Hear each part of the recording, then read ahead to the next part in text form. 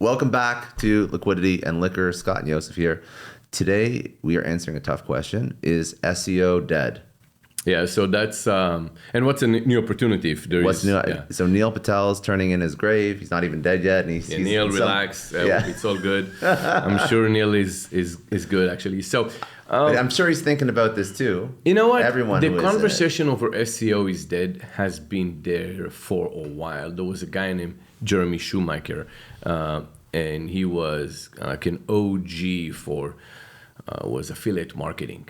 Right, he had a blog called Shoe Money, And you were early in SEO Yeah, too. it was early. And the thing with him, he came in and he was one of the first to say SEO is dead. He would come in with those shirts, and some people would fight him What to year? the death. 07, 06 or 07.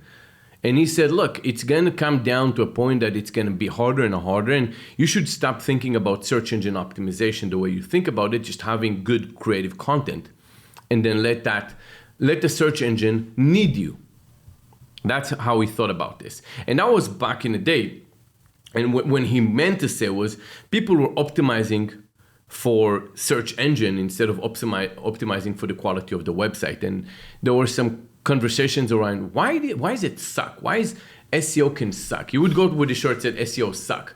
And in his mind, it was like, look, I can have a page with tons of information that converts horribly, but I would rank number one. And I cannot change it because if I just modify it a little bit, I get dropped from the search results.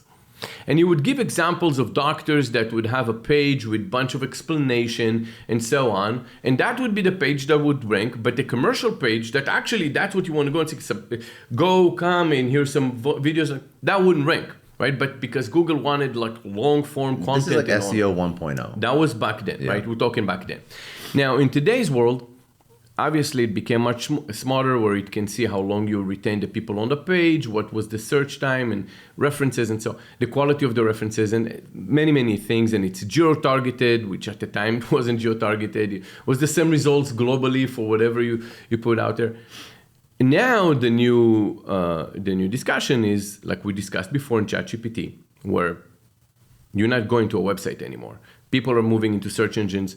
Google is going to start implementing brands. So it's just a matter of time until your site with all those pages of content that you've worked so hard for, if you're doing SEO, is probably not going to be there. You're not going to see all this traffic coming in. It's not going to come to you anymore. So people are going to be searching for particular information that eventually results in a link that generates some revenue. I have a friend that has a company that's it's kind of like a 509 student loan or so on reference, and he sells leads for that. All that's going to go away, right? Once you're going to go straight to the source, and there's not going to be intermediate website in between that. And is it really going to happen everywhere, and is it more imminent than before? Because when people said SEO is dead, it didn't die, it just changed. It always just changes. It just changed. However, this time, when it doesn't send you to a website, and people would stop actually asking a search term, but a full coherent question, and you just get the answer. And perhaps more than 50% are going to die. Maybe it is going to die. This is what I think. I think that because it still has to reference websites, and I think that we've spoken about this before, there's going to be lawsuits for ChatGPT taking information from websites without sourcing it. I think that having a website that gives useful information that is sourced by ChatGPT will be the next SEO. Interesting. And then I think that what you're going to be fighting for is how do you become the top source for that particular topic? It's a good point, because the process in which the information is used, right, and processed on any bot eventually comes from sites. And if you have enough, you have to have visibility on the first page of the search results in order to be considered by ChatGPT. Yes. They're not going to go to the 50th page, right? Exactly. So you still have to consider that. You have to but it's also dangerous. If we stop SEOing sites, that means the training model for ChatGPT will be less effective, and that means that new information will be less complete. So humans at this point in time will always be the input. So if everyone today was like, it's not worth it. I'm not going to put out new information on my site. We're going to have a dumber AI. So there will always be need for new information, and whoever's feeding that information will fight for recognition for that input. So comes the day where they have to give credit to the source. They are doing it on Microsoft. And you get like 3. I'm sure that Microsoft pulls from like 50 million sites. But when I do a search on Microsoft with the new ChatGPT integration in Bing, I get 3 or 4 top sources that it pulls the information from with references. And they've built into the code that it will not remove the references from the article. That's not a tough ask when you go to a coder and say, just make sure I don't get sued, and put that source. So Now, you still have to rank high. You have to rank high, but it's interesting because now I'm getting the information from supposedly only 3 or 4 sources. I don't believe that for a second. I don't believe that those 3 or 4 sources are the entirety of the knowledge on that particular topic. But it's giving me 3 or 4 sources, so that's what I have to trust. That those are the 3 or 4 articles that it actually pulled the info from. So the question would be, how do you get better spidered and used by the Someone will figure it out. By the bot? You have to think like the coder of the bot and say that would be answered like a more coherent question answer, right? Perhaps that would be the maybe it's the content that sounds the most human. Maybe I don't know what the answer is, but there's a game to it. And if anyone tries Bing with ChatGPT integration, you'll see bottom there's 3 little, I think, pink reference points to every single question that you ask. Now, what I would always do is I would go to my industry and I would see who's the one that get the most references, find out how they write, what they write, and go from there. Yeah. Because if I'm actually searching for a product or service or advice, medical advice, whatever, and if I say, hey, I could be asking, hey, what's the this is a symptom. What are the things that I'm looking for? So what medicine should I take or what should I do? And it gives me a response. And then it lists a local doctor in my area that specializes in that. Well, fuck yeah, that's where I'm going to go. Yeah. That makes a lot of sense. So if you write down content that you find resonate with the bot, and then you start searching, I wonder, when you search, can you train directly the AI with bots that would start searching themselves? I'm going to check something. And say, what about this source? Why isn't that included? And you just lift, kind of like you're submitting the results for the chat. So let's do top 5 GPs, medical GPs in Fort Lauderdale. I want to see if it pulls anything up.